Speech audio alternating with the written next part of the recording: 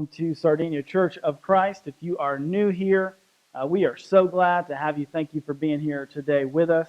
If you've been around, you know that we are in a 3-week teaching series that we are calling Stranger Stories, where we are looking at some of the most peculiar accounts from the life of Jesus. We're examining some of these weird things, these strange things that Jesus said and did, and we're going to explore what in the world they actually mean. These are the stories you probably didn't know were in the Bible. These are the stories that if you grew up in or around church, your Sunday school teacher probably didn't have these on the flannel graph. Now, last week we looked at the story of Jesus giving a command to one of his disciples, Peter, and the command was to go throw out his fishing line, open the mouth of the first fish he caught, and pull out of its mouth a coin to use to pay their taxes. Very strange. This week, we're going to investigate something that's equally as weird, if that's even possible. This week, we're going to encounter the story where Jesus is going to give another command, this time not to a person, not to one of his disciples. Jesus is going to give a command to a tree. So, you probably, tree, kind of strange. So without further ado, let's jump in. Again, what we're going to do like last week, we're going to read through the whole account in the gospel, and then we're going to go back through and dissect it. This one's found in the book of Matthew, chapter 21. Matthew 21. And it's going to start in verse 18. Again, we'll have the text on the screen up here for you. And it says this: early in the morning, as Jesus was on his way back to the city, he was hungry. Seeing a fig tree by the road, he went up to it, but found nothing except leaves. Then he said to it, "May you never bear fruit again." Immediately the tree withered. When the disciples saw this, they were amazed. "How did the fig tree wither so quickly?" they asked. And Jesus replied, "Truly I tell you, if you have faith and do not doubt, not only can you do what was done to this fig tree, but also you can say to this mountain, 'Go throw yourself into the sea,' and it will be done. If you believe, you will receive whatever you ask for in prayer." Pretty strange, huh? How many of you knew that one was in the Bible? You know, it begs the question, really, what is going on here? I mean, Jesus is talking to trees.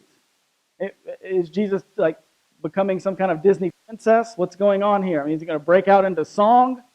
At first glance, this Jesus in this story doesn't really seem like the Jesus we know from the rest of the Gospels, right? I mean, the Jesus that we know, he's kind, he's loving, right? I mean, he spent a lot of time in the wilderness. I mean, my goodness, he created the world. He loves nature. As a carpenter, Jesus probably appreciated a good tree. And so the question is, what's really happening here? Well, to answer that, of course, we need a little bit of context. We need to know when and where this story takes place. So let's jump back up to verse 18 and dive right in. It says, early in the morning, as Jesus was on his way back to the city, he was hungry. Now, Matthew notes he was on his way back to the city. What city, you might ask? We need to know where Jesus is at this time.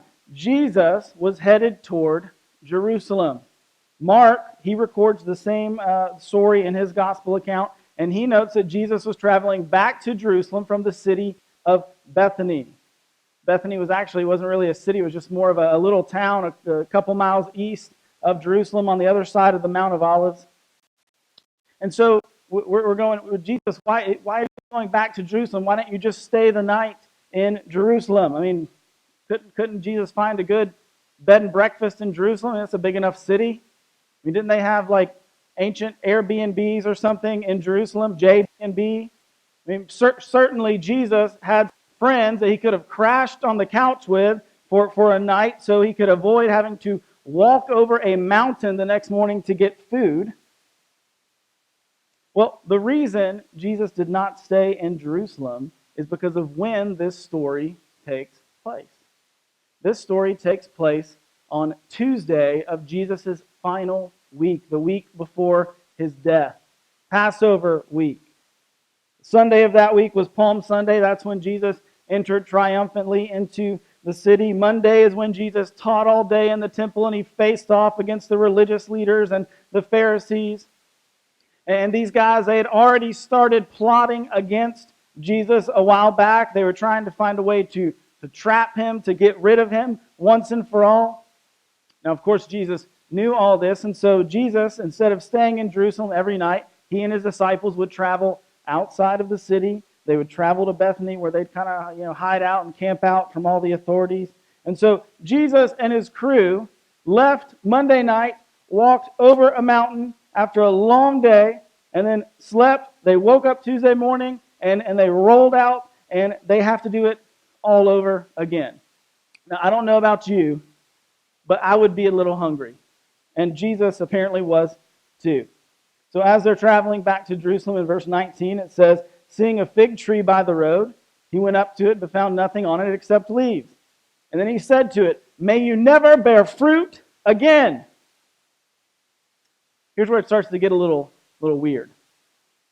Because it doesn't look like Jesus is just simply hungry anymore. I mean, it looks like he's moved past hunger.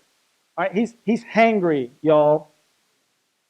Now, I will be the first to admit, on the occasion when I express anger or frustration, the vast majority of time it is hunger related. My wife, she has the gift of discernment, but when I'm hungry, 99% of the time she doesn't even have to use that gift because she knows I'm frustrated because I'm hungry, and so she'll say like, "Babe, are you hungry? Why don't you just eat something?" You know. But as much anger as I may have experienced in the past, I don't believe I've ever lashed out at a tree. I'm sure Jesus' disciples were a little taken aback when they saw this too. Like, whoa, Jesus, bro, are you okay, man? Why don't you grab a Snickers, all right? You're not you when you're hungry. And what did that little tree even do to you? But I want you to know that the disciples' focus quickly turned from Jesus to the tree. Matthew, one of Jesus' disciples, he was there. He writes that in verse 19 it says, immediately the tree withered. And the disciples, they're shocked at this point. What's going on here? Jesus, did he just use like some kind of superpowers and destroy the tree? Verse 20, it says, when the disciples saw this, they were amazed. How did the fig tree wither so quickly, they asked. Now, let's not gloss over the fact that Jesus' disciples had already been with him for 3 years at this point. Right? They had seen Jesus do some amazing miracles. Right? They'd seen Jesus heal people. He'd walked on water. He raised a guy from the dead, and yet they still didn't quite get Jesus. Now, to be fair, there's a lot of us in here, myself included, who've been following Jesus a lot longer than 3 years. And there are many times where I still don't get Jesus. So the disciples, they see this thing that Jesus did, and they basically ask, whoa, Jesus, how did you do that? Now, a hangry Jesus, a Jesus that was caught up in his physical discomfort and his emotional stress, that Jesus would have turned around and started, berating his disciples and, maybe talking trash about this no good, lousy tree that didn't give me breakfast. But Jesus didn't do that because Jesus lived with purpose. Everything he did had meaning and purpose. Jesus was also self-controlled. At the beginning of his ministry, Jesus had spent 40 days in the wilderness without food, without eating anything. He had gone much longer than overnight without food. So this outburst, this miraculous act of power, it wasn't an emotional reaction. Jesus was using this as a lesson, a symbolic lesson for his closest friends and followers. And I want to let you in on a little secret. You and I, those of us who claim to be Jesus followers, he wants to teach us something here as well. And so the disciples asked the question, how did you do that? When really they should have been asking Jesus, why did you do that? And even though it was the wrong question, Jesus still used their question to launch into this deep spiritual conversation, this truth he wanted to share them, this talk he wanted to have with them in the first place. Verse 21, Jesus replied, "Truly I tell you, if you have faith and do not doubt, not only can you do what was done to the fig tree, but also you can say to this mountain, go throw yourself into the sea, and it will be done. If you believe, you will receive whatever you ask for in prayer." Now, Jesus answers their question about the fig tree with a conversation about faith, with a pep talk about prayer. And I don't know about you, but if I were one of the disciples, I would probably still be standing there kind of going, okay, yeah, Jesus, all right, that's good and all, but isn't there some kind of special sauce you have, or some kind of pill I can take or water I can drink to get that kind of power? I mean, how on earth did you do that, Jesus? And Jesus says, you're still not listening to me. You see, I'm not concerned with the tangible, visible, physical actions here. I'm not concerned with what's going on the outside of this tree. I'm concerned about the inside. Because what's going on the inside determines what kind of fruit shows up on the outside. You see, faith produces the kind of fruit that I'm looking for. Prayer is the secret to tapping in to God's power. Jesus looks up, and the disciples are still kind of staring blankly and confused at one another. They still didn't get it. And so Jesus says, all right, I'm going to take it a step further. They continue walking. He says, I'm going to show you what I'm talking about. So they go toward Jerusalem to once again go enter the temple. Now, the temple in Jesus' day, it was beautiful. It was ornate. It was a sight to behold. Herod the Great had actually expanded the temple to make it even larger, the outside walls around the temple. This is where Jesus and his disciples would have entered that day. The temple was meant to be a place where people could come to worship God. It was meant to be a place of worship for all of God's people. And since it was Passover week, the holiest of weeks for all God-fearing Jews and for all the converts from all over the world, you would expect that it would be filled with people expressing their love, expressing their faithfulness to their Creator. Jesus and his disciples, they stroll into the temple. They enter an area known as the Court of the Gentiles, a place where anyone from all over the world could come to worship. But instead of finding that, Mark is going to record what happens next. Mark chapter 11. It says, Jesus entered the temple courts and began driving out those who were buying and selling there. He overturned the tables of the money changers and the benches of those selling doves, and would not allow anyone to carry merchandise through the temple courts. And as he taught them, he said, "Is it not written, my house will be called a house of prayer for all nations? But you have made it a den of robbers."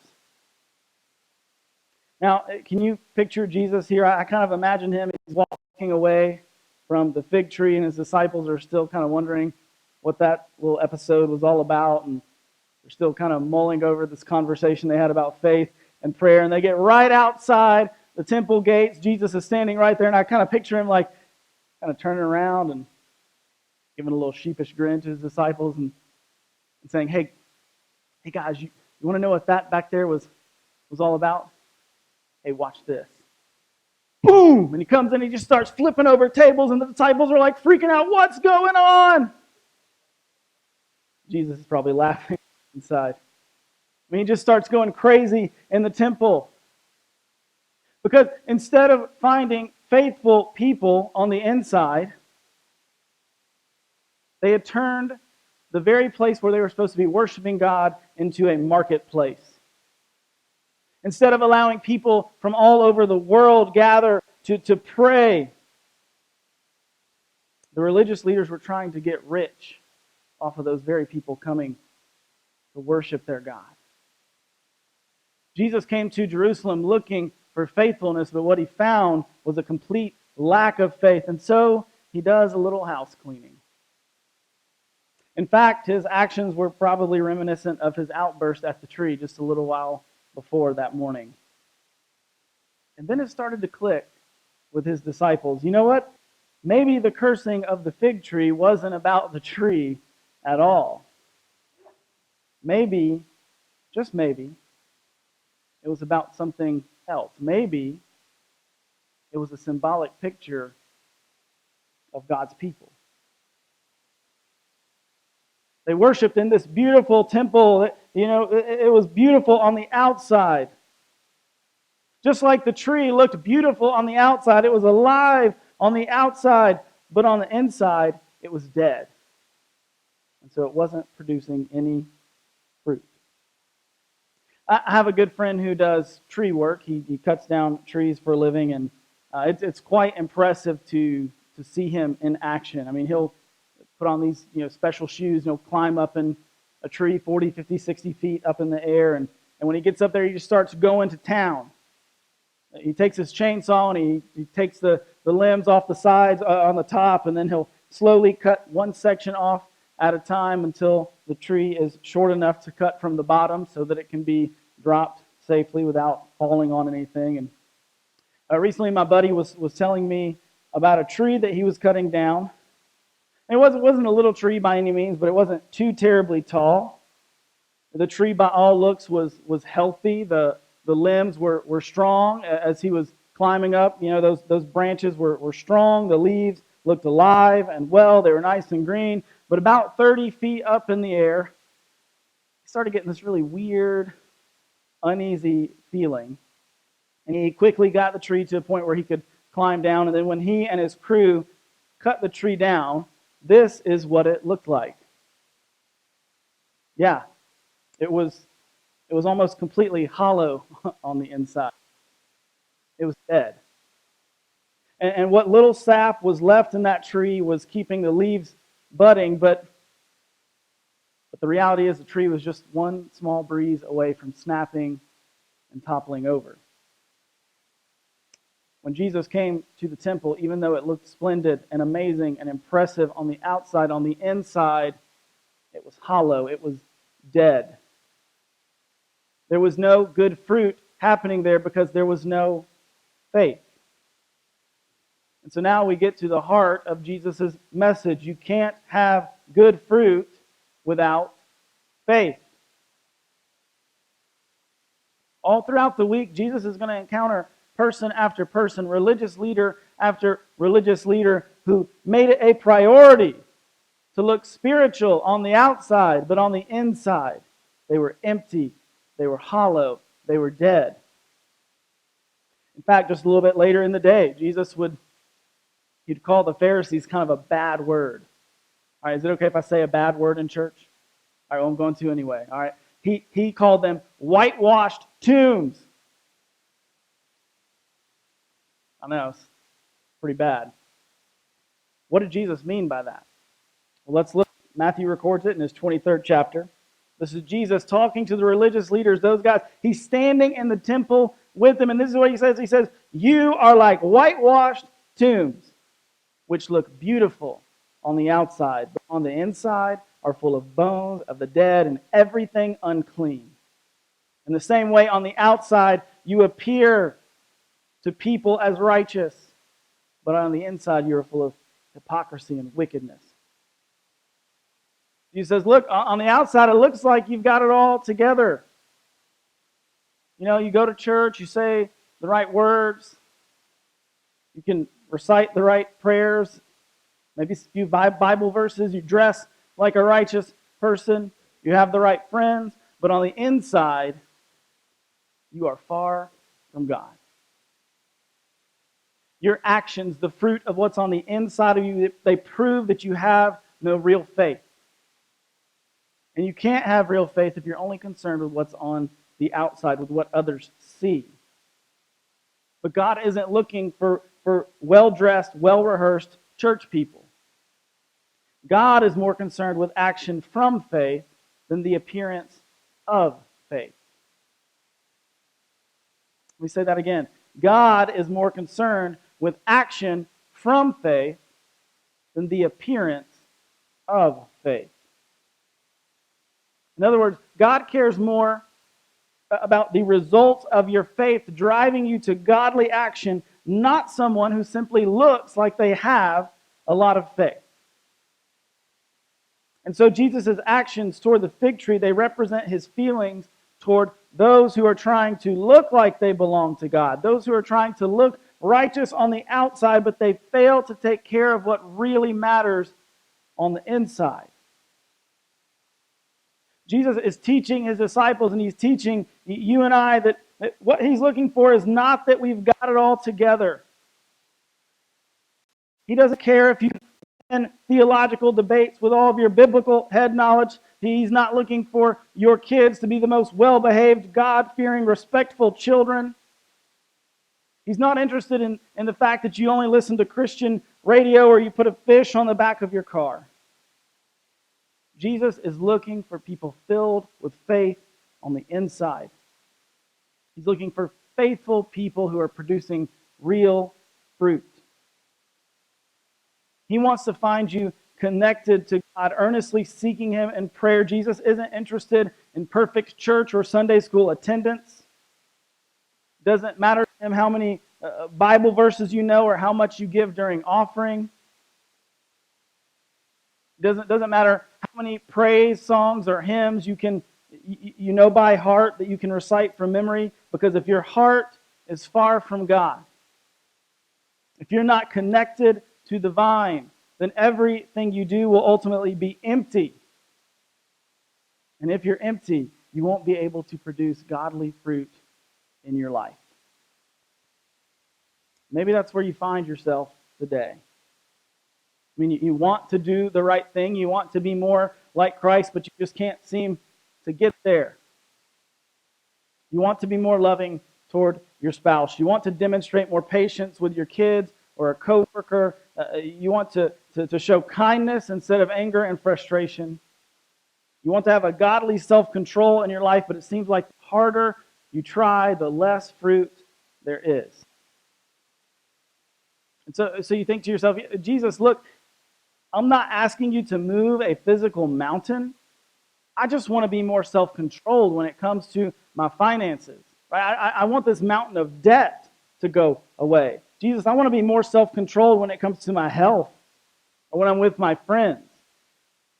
Lord, I'm trying and I'm trying, but I can't seem to kick this habit or this sin that has been plaguing me and dominating me and destroying my life. Addiction, pride, jealousy, judgmentalism, they are ruining every relationship I have. Now, some preachers and church leaders today would tell you, well, you know what your problem is? You just need to have more faith. Anybody ever heard that one before? Yeah. They say that's what Jesus meant.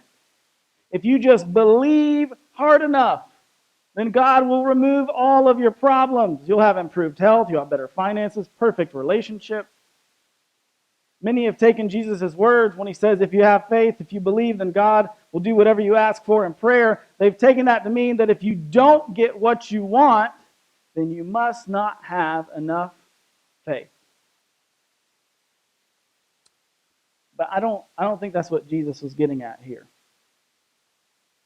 You see, Jesus wraps up his conversation at the fig tree with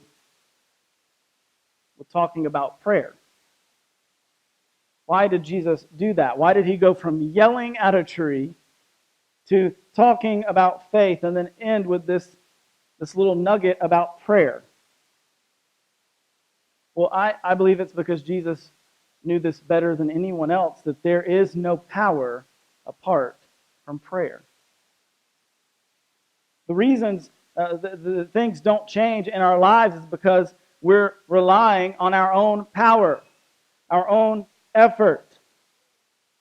The reason things don't change in my life is because I'm too focused on myself. I'm relying on myself, my ability. There's no godly fruit in our life because we're empty on the inside. And so what do we do to correct this? We say, I need to try harder. I need to work harder. And so we rely on our own ability to fix ourselves. But the more we do this, the worse it gets, the emptier we feel. It's this vicious cycle. And so we start to think like the TV preachers that tell us, well, I just need to have more faith then. I need to try harder to believe harder. And when we succumb to this kind of thinking, who is the emphasis on? It's on me. It's on my effort, my attempt to have a stronger faith. But Jesus would say, yourself can't fix yourself.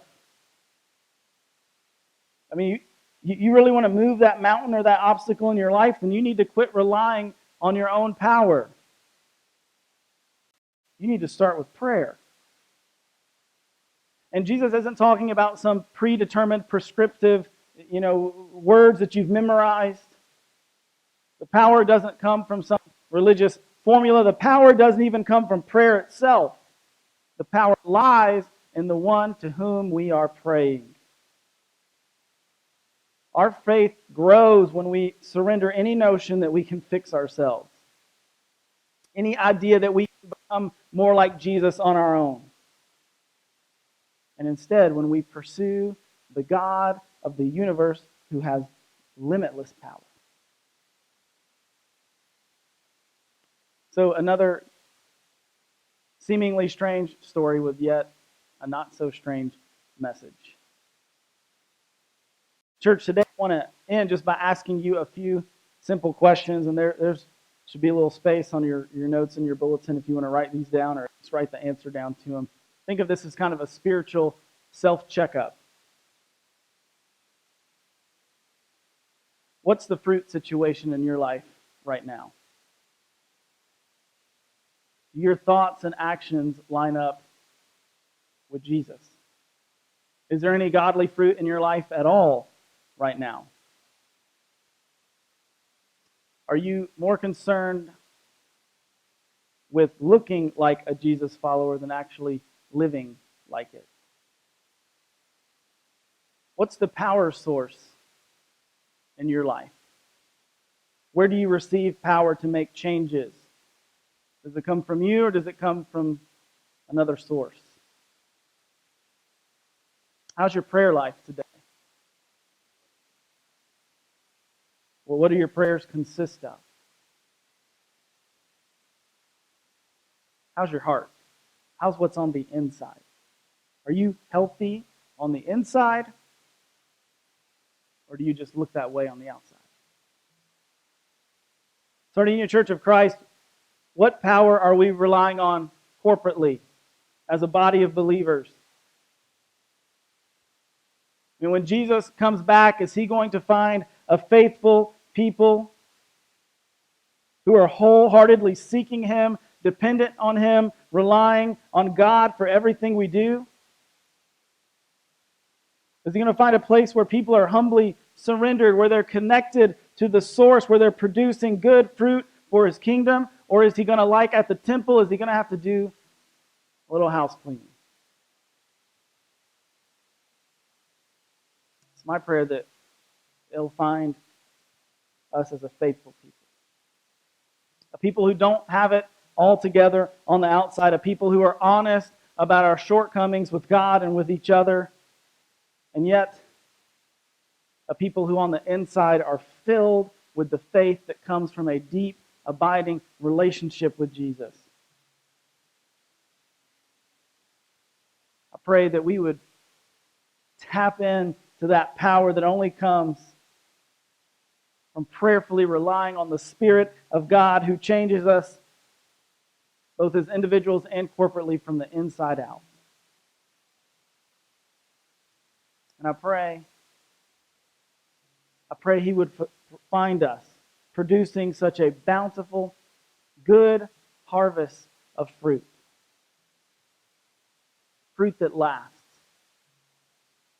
And fruit that the community and the watching world sees, and it compels them to want to know more about this God who makes it all possible. Pray with me.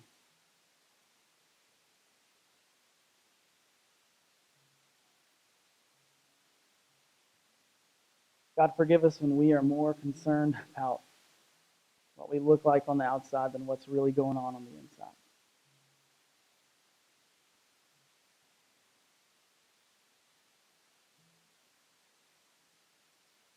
God, help us to cultivate a faith that can move mountains.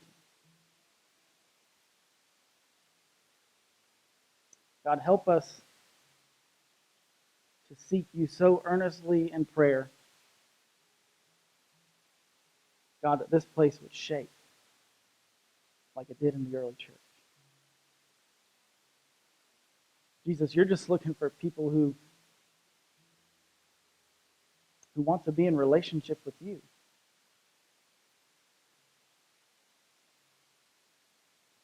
And so, God, I pray there's somebody out there who's been trying and trying and trying as hard as they can, God, but they can't quite get there. And it seems like their life is falling apart. God, I just pray that today they would surrender.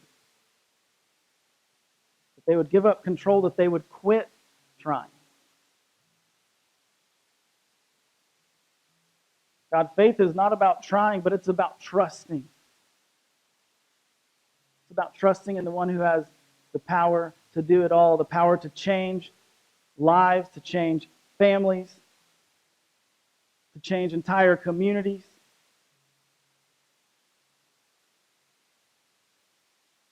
God, we want to be connected to that power.